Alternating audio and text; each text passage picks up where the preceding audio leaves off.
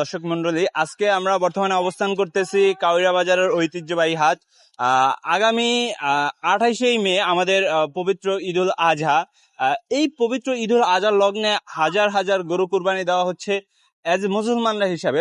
তো আমরা এখন বর্তমানে অবস্থান করতেছি হিজলা উপজেলার কাউরিয়া বাজারের ঐতিহ্যবাহী হাট।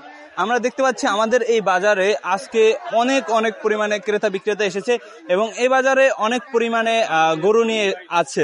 তো এখন আমরা কিছু ক্রেতা এবং বিক্রেতা ভাইদের সাথে যোগাযোগ করব, দেখব তাদের চাহিদা সম্পূর্ণ মতো গরু পাচ্ছে কিনা এবং এই বাজারে যেসব শৃঙ্খলা আছে শৃঙ্খলাগুলো সম্পূর্ণ আকারে ঠিকঠাক মতো তারা পাচ্ছে কিনা।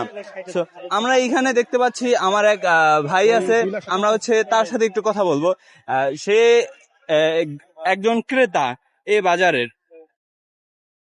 তো ভাইজান, আপনি তো এই বাজারে আসছেন কখন? এই তো সকাল 11টার দিকে। তো সকাল 11টা থেকে আসার পরে এই পর্যন্ত মানে আপনার এই বাজারের শৃঙ্খলা নিয়ে কিরকম কোনো মতামত আছে কিনা? বাজারে মোটামুটি শৃঙ্খলা আমার কাছে ঠিকই আছে। গরু বাজার তো এরকম হয়। আগে পরে আপনাদের বিগত বছরে যেসব গরুর বাজার ছিল মানে সেরকমটাই রয়েছে নাকি আগের থেকে কিছু পরিবর্তন এনেছে? আগের থেকে একটু গরুর দাম বেশি মনে হচ্ছে। মানে আজকের বাজার তুলনায় গরুর দামের পরিমাণটা একটু বেশি মনে হচ্ছে না? জি জি। আনুমানিক কিরকম ডিফারেন্স, মানে লাখে 10,000 অথবা 20,000 টাকা এরকম বেশি কিনা?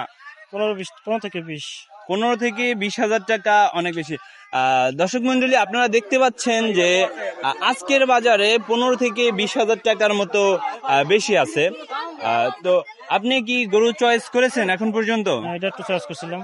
আপনি এই গরুটা চয়েস অলরেডি করেছেন না?